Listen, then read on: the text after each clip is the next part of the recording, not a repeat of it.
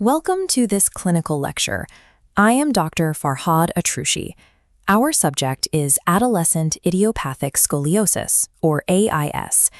We define this condition by its macroscopic endpoint, a three-dimensional deformity where the vertebrae undergo both lateral deviation and significant axial rotation. Research indicates that this structural collapse is driven by a multifactorial pathogenesis involving genetic, biochemical, and biomechanical triggers.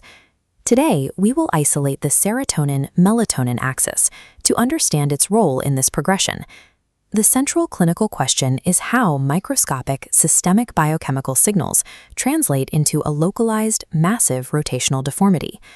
To find the answer, we must dissect the spine in reverse, moving from gross anatomical failure down to the cellular receptor level. AIS represents a systemic neuroendocrine disorder that manifests as a localized biomechanical collapse. Historically, researchers hypothesized that AIS was caused by an absolute deficiency in circulating melatonin. This theory gained traction after pinealectomy procedures in animal models. Removing the pineal gland, the source of melatonin, reliably produced scoliosis-like deformities in these subjects. These results led to the assumption that human AIS must stem from similarly low melatonin production. Modern clinical data from human patients has proven this assumption incorrect. This data visualization compares the legacy theory against human clinical reality.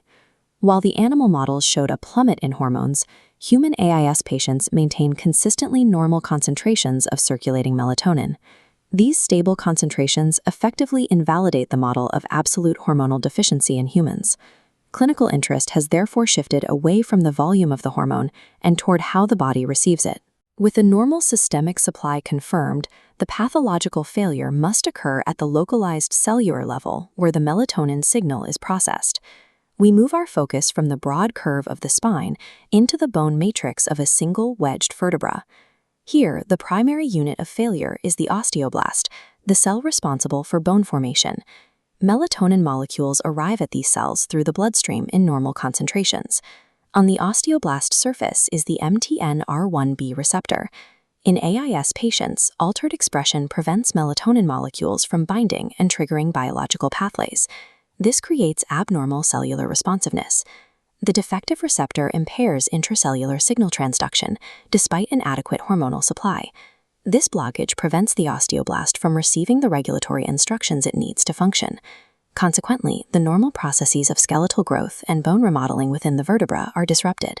The pathology lies in localized cellular resistance at the receptor level, occurring even when systemic hormone levels are within normal clinical ranges. The defect in MTNR1B signaling cascades further, impacting the calcium-calmodulin-dependent signaling pathway. Calmodulin is an essential protein for regulating intracellular calcium signals.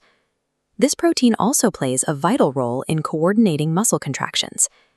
We observe altered calmodulin activity, specifically in cases of progressive AIS.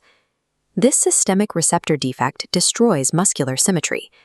Impaired bilateral coordination allows natural baseline imbalances to escalate into severe, one-sided neuromuscular tension. Serotonergic pathways may further modulate this effect, as serotonin is the direct biochemical precursor to melatonin. Serotonin contributes to central neuromuscular regulation and the metabolism of the skeleton. However, clinical evidence linking systemic serotonin concentrations directly to AIS remains limited and inconsistent. For these reasons, we categorize serotonin, melatonin, and calmodulin abnormalities as biological modulators of susceptibility. The ultimate result of this biochemical cascade is a physical environment of asymmetric force pulling against a developing spine. We now integrate these findings back into a model of spinal mechanics. The patient possesses altered osteoblast behavior within the bone and neuromuscular asymmetry surrounding it. These underlying factors meet a powerful catalyst during the adolescent growth spurt. As the child grows rapidly, neuromuscular asymmetry produces unequal mechanical loading. High compressive forces push down on one side of the immature vertebrae, while tensile forces pull at the other. This loading concentrates structural stress on the apical vertebra of the developing curve. A healthy spine balances these loads, but a spine with neuroendocrine signaling defects lacks the cellular and muscular regulation to compensate. The velocity of adolescent vertical growth amplifies these unequal forces. The neuroendocrine abnormalities establish the susceptibility, but the physical stress of rapid growth drives the actual bending of the spine.